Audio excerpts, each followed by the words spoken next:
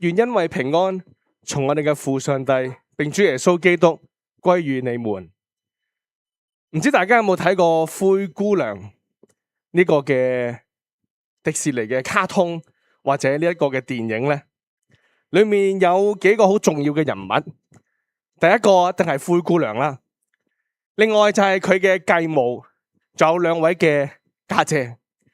咁喺舊啲嘅灰姑娘嘅電影裏面，大家都知道呢個繼母同兩位嘅家姐，佢哋當呢一個灰姑娘就好似工人咁，傭人，成日咧都要佢做家務啦，做呢樣做嗰樣。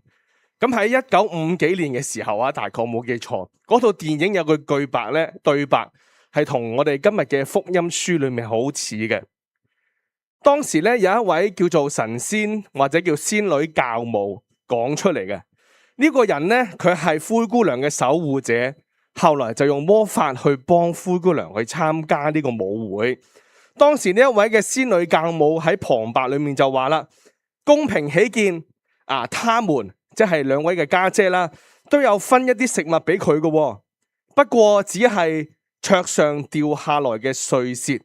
其實意思好清楚，即係呢個繼母同啲家姐食完大餐之後咧，先至將剩低嘅掉落去地下嘅桌台上面嘅碎屑，先俾灰姑娘。而灰姑娘佢就企喺廚房嘅門口，望住呢個廳，哇，好光好靚，好開心啊！不過佢自己就好清楚，我自己冇資格去到呢個大廳度食飯，佢只能夠從佢自己嘅主人，佢繼母、家姐佢哋嘅台上面食呢啲嘅碎屑。呢一個正正就係馬太福音第15章迦南婦人所面對嘅處境。佢本身係一個外邦人嘅婦人，喺當時所有人嘅眼光，所有嘅規矩傳統既定嘅標準裏面咧，都認為呢個迦南嘅婦人係冇份嘅，唔夠資格嘅。呢位嘅迦南婦人，佢個女咧被鬼附得好痛苦，飽受煎熬。佢唯一希望嘅就係佢眼前呢一位從以色列嚟嘅，被人稱為大衛之子嘅拉比或者老師耶穌能夠幫到佢。唔知大家有冇試過覺得自己咧好唔配返教會咧？我曾經都覺得自己好唔配返教會嘅。返教會啲人咧通常都有錢啲啦，豐富啲啦，唔係醫生就律師啦，讀書好叻啦，係嘛？跟住咧個都着到身光頸靚返教會嘅。我細個嘅時候都係咁諗嘅。我細個有返教會，我覺得自己返教會好奇怪。返到去咧，牧師咧講道有好多經文好熟，我咧又唔知佢講乜。有時佢哋祈禱好多用字嘅，我又唔知可以講啲乜嘢。覺得哇，教會完全好似同我冇乜拉楞。又或者我哋祈禱嘅時候，亦都好唔配得上帝聽我哋嘅祈禱。可能係我哋嘅過去，可能係因為我哋曾經失敗衰過，或者做完衰嘢咧唔敢祈禱，覺得我做完衰嘢點祈禱咧？唔係見到佢俾佢鬧完之後，佢先聽我祈禱咧？又或者有啲人可能會同我哋講，上帝好忙啊，佢唔得閒聽你嘅祈禱。其實喺我哋關於唔配得呢部分，我相信好多人都有呢種經歷。可能見到我哋嘅敬拜團，哇，大家歌聲好好，呢個技巧好好，我好唔配參加敬拜團。又或者可能我哋去到籃球場嘅時候，哇，見到有一班人佢哋打波幾犀利嘅，唔記得咗自己究竟有冇呢一個嘅同佢哋玩，同佢哋享受籃球嘅一種嘅情分，會覺得自己我唔敢，我唔夠班，我唔夠資格咧。但係今日嘅福音書就會話俾我哋聽呢個嘅答案，所以我定今日嘅福音題嘅經題就係叫主人耶穌桌上掉下來的碎屑。我哋先睇睇經文，一開始就講到耶穌離開那裏，即係加利利，然後退到推羅西頓境內。呢個係外邦人嘅地方，係猶太人通常都唔會特登去嘅地方。但係耶穌又去咯，咁即係耶穌唔係糊糊碌碌噶啦，佢唔係咁啱得咁巧，佢係好主動特登有故意嘅去到嗰個地方。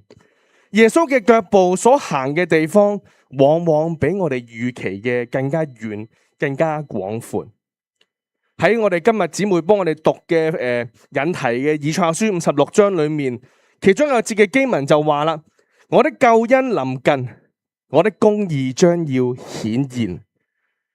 我哋知道上帝嘅救恩從來都唔係淨係為一班配得上嘅人保留俾佢哋 reserve 預留咗俾佢哋嘅。耶穌主動行入呢一個外邦人嘅地方，本身就係一個好清晰嘅訊息。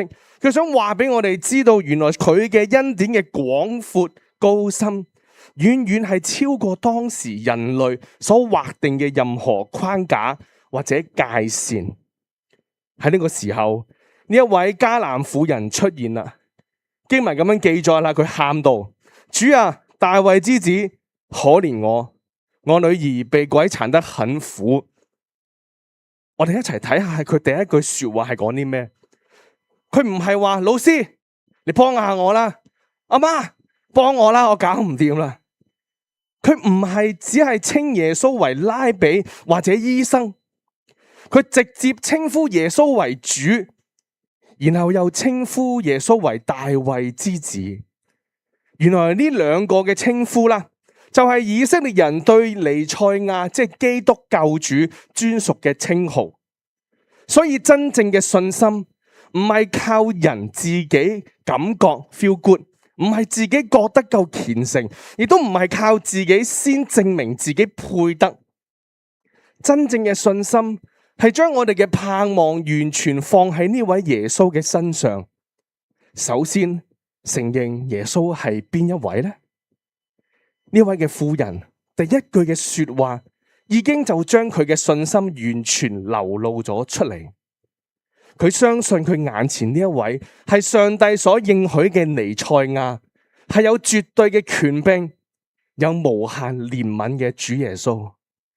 呢位嘅婦人，佢唔係試探緊耶穌可唔可以能唔能夠行神蹟，而呢位婦人係呼求緊佢相信嘅嗰一位。呢位嘅婦人，佢嘅信心更加唔係後來先至慢慢咁樣建立嘅，而係佢一開始就捉住咗基督主啊，大衛之子啊。呢一個婦人嘅稱呼耶穌嘅行動，就正正係路德所強調嘅信心唔係人嘅功勞，而係單純咁樣信靠嗰位已經為我哋嚟到嘅主耶穌。不過耶穌點樣回答佢呢？耶穌一言不答。每次讀到呢個地方嘅時候，我都覺得冇咗冷汗啊，3條線。唔係啊嘛？耶穌竟然唔應佢。如果我哋去揾我哋嘅老師牧師幫忙，佢唔應機嘅點算呢？實覺得佢 block 咗我啦。耶穌沉默啦。如果係我哋嘅話，我哋點諗呢？可能我哋會話上帝唔聽我祈禱啦，上帝好忙啦，佢唔得閒理我，或者我係唔配上帝聽我祈禱嘅。門徒呢個時候開口啦，不過門徒就唔係安慰，亦都唔係鼓勵。佢講咗一句令人好心涼嘅說話。經文記載話：這婦人在我門後頭喊叫，請打發他走吧。門徒睇到嘅係一個 trouble maker， 又嚟搞事啦，好麻煩㗎。而耶穌所睇到嘅咧，係呢位婦人嘅一顆信心。然後耶穌就話啦：我奉差遣，指到以色列家迷失的羊哪裏去。從文字表面嚟睇咧，呢一句說話就好似一個界限劃定咗，係一道冇辦法跨越嘅一埲牆或者一個門檻。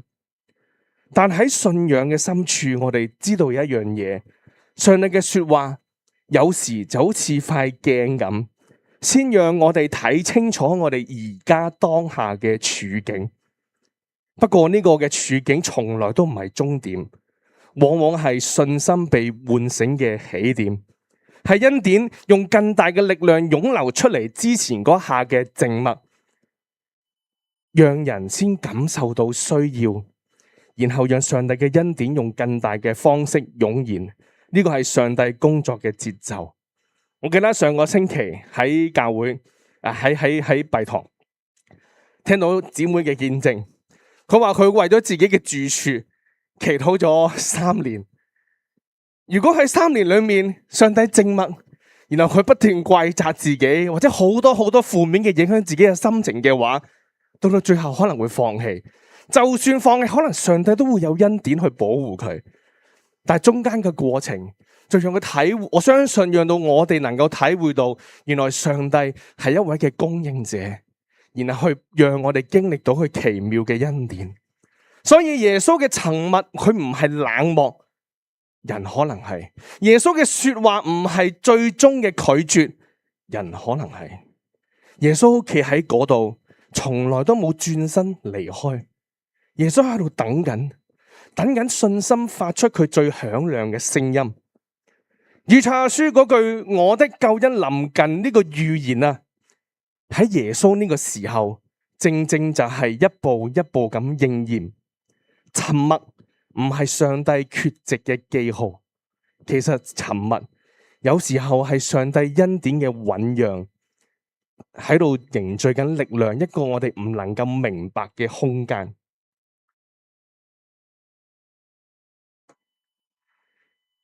然後經文有一個好動人嘅對話，婦人來拜他，即係喺耶穌面前俯伏跪拜佢。然後婦人就話啦：主啊，幫我。記唔記得喺上幾節嘅經文嘅時候，婦人講到可憐我啊，大衛之子。呢度咧開始改變佢嘅說法啦。佢話幫我。婦人嘅呼求越嚟越集中，越嚟越急啦，亦都越嚟越簡單直接。佢已經唔再解釋啊，唔再陳述自己嘅細節情況，佢淨係話：主啊，幫我。呢個正正就係佢最赤裸、最真實，亦都係最有力量嘅祈禱。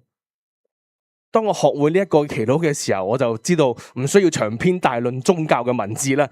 主啊，救我！之前彼得講過，今次咧，主啊，幫我。呢個婦人嘅祈禱唔係精心設計嘅字句，而係一顆完全破碎、完全依靠、信靠嘅心，俯伏喺耶穌嘅面前。然後耶穌就答佢啦，佢話：拿孩子的餅掉給小狗吃是不妥的。呢句話就算係今日嘅語境裏面，我哋聽起嚟都好哽耳嘅。耶穌點解咁 mean 嘅講嘢？但係我哋需要透過呢句嘅說話，睇到一個更加深嘅層面。耶穌其實唔係要羞辱、侮辱佢，耶穌係為咗呢一位嘅婦人心裏面嘅信心最真實、最深刻嘅部分，預備一個爆發嘅出口。然後呢個婦人就講出咗全段經文裏面，甚至話可以成卷馬太福音最令人振奮一句嘅說話。婦人話：主啊，冇錯啊，不錯。可是小狗也吃他主人掉下來桌下的從桌上掉下來的碎屑。當我讀到呢度嘅時候，我就開始去諗啦。如果係有個人咁同我講：我 William，你食咩啊？食我跌落嚟嗰啲，俾我食嗰啲嘢啦。你會點咧？着晒係嘛？跟住咧，即係我自己有得買啦，使乜你俾我啫？即刻認一認佢先。呢個婦人佢嘅回應係好特別㗎，佢冇反駁我話耶穌，我唔係狗，我係人。佢更加冇同佢講話耶穌，你好唔 fair 啊！佢冇啊，佢冇因為嬲，冇因為委屈而轉身離開，佢反而接受咗耶穌所講、所設定嘅框架，然後喺呢個框架佢裏面，佢用信心揾到上帝恩典嘅一個位。然後佢靜靜嘅揾到呢個恩典嘅位，捐咗入去。呢個婦人嘅邏輯好簡單，亦都充滿智慧。佢覺得就算呢個主人耶穌跌落嚟嘅碎屑，即係從主人桌上掉下來嘅碎屑，都已經足夠噶啦。原來呢一個就係信心最靚嘅地方。真正嘅信心唔係自己說服自己，亦都唔係自己憑感覺嘅。更加唔係靠覺得自己配得先至嚟到主耶穌面前。真正嘅信心，而係完全信靠耶穌佢自己呢位嘅對象。呢個婦人完全就活出呢個真理啦。呢個婦人佢唔係爭緊某一種嘅社會地位，佢唔係為咗自己嘅資格嚟辯護啊。呢位婦人佢淨係緊緊咁捉住一件事，就係主耶穌有恩典有憐憫，而嗰份嘅恩典就算係漏出嚟跌落嚟嘅碎渣剩落嚟嘅，都比呢個世界上所有嘅嘢更加珍貴同更加足夠。喺以賽亞書第56章經文咁記載第6節，佢話那些與耶和華聯合侍奉他愛他的作他僕人的外邦人。然後第7節，我必領他們到我的聖山，使他們在我的禱告的殿中喜樂。然後話我的殿必稱為萬民禱告的殿。呢句嘅經文唔係為咗某一個嘅民族講嘅，而係為咗所有謙卑願意嚟到佢面前呼求耶穌嘅人講嘅。而呢位迦南嘅婦人就係呢個預言應驗嘅活嘅見證。迦南婦人嘅民族背景咧，根本就擋唔住上帝嘅恩典要向佢流出嚟。呢個迦南嘅婦人就已經進入咗嗰個萬民禱告嘅殿裏面。喺今日嘅新約書信裏面，羅馬書11章裏面有咁記載話，因為上帝把眾人都圈在不順服中，為的是要憐憫眾人。保羅話俾我哋聽，知道原來上帝嘅計劃係要憐憫眾人。呢個唔係意外，唔係臨時搭單，而係上帝起初已經定落嚟美好嘅計劃。上帝嘅救恩唔係為咗一班夠好嘅人預留嘅，上帝嘅救恩係為咗所有謙卑呼求嘅人去預備。所以如果在座仲有未受洗、未領洗嘅朋友、同學或者家長，我好鼓勵你快啲同牧師去報名，因為呢份恩典係為你而留。你今日翻得嚟呢度，就係證明你有信心去尋求呢一位嘅主。經文記載碎屑兩隻字喺呢個婦人嘅口中講出嚟，唔係自己貶低自己，唔係好卑微自己委屈自己。佢咁樣講係佢心裏面一份信心嘅宣告。佢明白一件好重要嘅嘢，就係喺耶穌手上面跌落嚟嘅，從來都唔係垃圾，從來都唔係冇用，從來都唔係嗰啲叫做殘羹剩飯，唔係多餘嘅，唔係唔重要嘅。從耶穌嗰度跌落嚟嘅每一樣嘢，都係生命，都係有能力，都能夠醫治饒恕。就算係碎屑，都係足夠。就算係多出嚟嘅嘢，對我哋嚟講都係豐盛。因為問題從來都唔係上帝冇足夠嘅恩典俾我哋，問題係我哋願唔願意，信唔信上帝會俾我？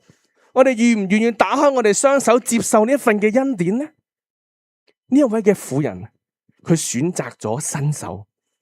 佢冇任何覺得自己配唔配呢份嘅恩典，佢冇因為自己係唔係猶太人或者係外邦人嘅身份，佢冇因為律法同行為嘅功勞，佢更加冇啲乜嘢可以攞出嚟交換嘅資歷。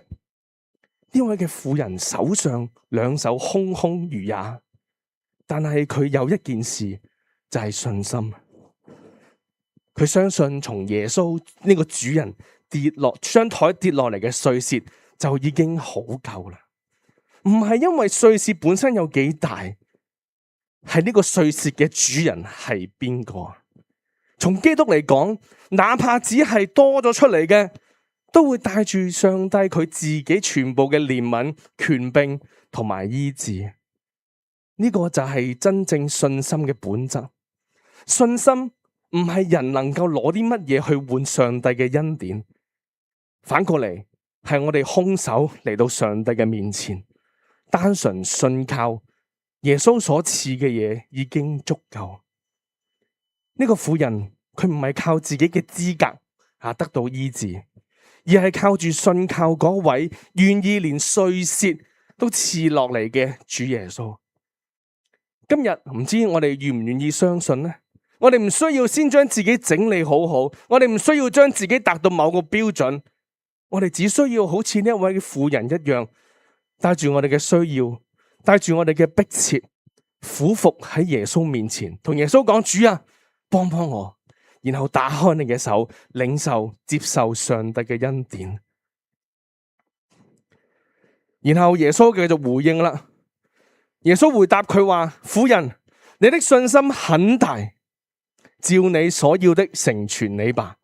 之後咧，經文話從那時起，他的女兒就好了，即係即刻嘅、完全嘅、徹底嘅，唔需要慢慢改變，唔係逐漸變黑，就唔係逐漸變好啦。係從那時起就好了。我要睇下，注意下耶穌點樣講。耶穌佢冇話婦人 good job well done， 你今日做得好好啊。耶穌冇話你達標啦。耶穌反而係講話你信心很大。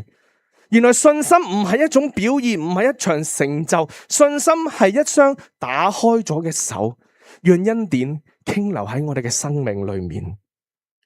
呢位婦人嘅信心唔係因為佢做咗啲咩驚天動地偉大嘅事業，佢冇證明自己得啊，佢都冇靠行為換取耶穌嘅回應。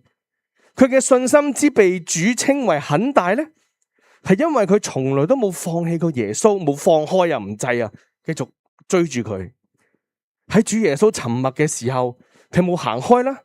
喺嗰句聽落去幾 mean 嘅拒絕嘅說話裏面，佢冇轉身離開。喺碎屑嘅比喻面前，佢更加冇放棄。從頭到尾，佢淨係用藉住信心捉住一樣嘢：耶穌，你就係嗰位主，你就係嗰位要救我嘅主。呢個就係真正信心嘅樣式。信心唔係我哋能夠做幾多，而係我哋願唔願意一直捉住嗰位為我哋而來、為我哋而犧牲、為我哋而死嘅主呢？就算係環境變到幾黑暗，就算人哋講嘢幾 mean 啊，我哋仍然只需要捉住我哋呢一位嘅基督，呢份就係得救嘅信心。然後耶穌就話啦：照你所要的成全你。呢個係一個即刻嘅答應。耶穌唔係話我考慮下啦，耶穌話耶穌冇話要你準備好啲先，更加冇話你需要改變啊。耶穌直接話成全你吧，就係呢一個剎那完完全全咁成就。呢一個就係我哋所講嘅福音，係上帝嘅恩典。因為恩典唔係慢慢累積出嚟嘅獎賞，唔係用努力或者眼淚換嚟嘅報酬。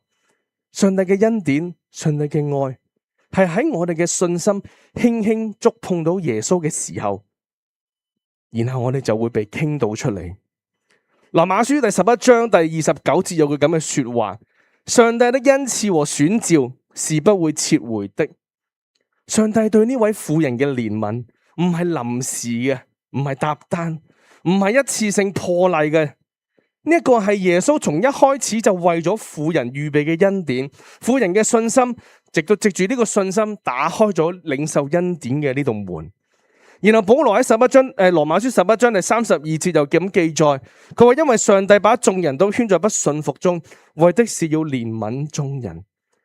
每一次聽到憐憫眾人呢4隻字，我都好感動，因為我哋每一個人，無論背景係點，過去係點，或者曾經犯過啲乜嘢錯都好，喺上帝面前都同樣要去被憐憫。冇人係可以因為自己而得救，所有人都係要靠住上帝嘅恩典同憐憫。包括呢個婦人得着醫治，唔係佢有幾叻幾好，佢得到醫治係因為上帝嘅憐憫，從一開始就為佢預備。而呢位婦人就藉住信心就打開咗呢道恩典嘅門。喺呢場嘅對話，喺呢個場景裏面，大家都覺得贏嗰個或者得到好處嘅係邊個啊？通常都會話婦人嘅，佢好返啊嘛。但係我會覺得原來得勝嗰個啊，贏嗰個啊，其實係耶穌啊。因為耶穌主動行到去外邦人嘅地方，然後佢沉默去試煉煉淨咗呢個婦人嘅信心。然後呢一個耶穌講咗句說話，讓遠處受痛苦嘅女咧即刻得到醫治。係耶穌嘅恩典大過一切嘅限制，大過一切嘅框架，大過一切曾經阻攔人行近上帝嘅高牆。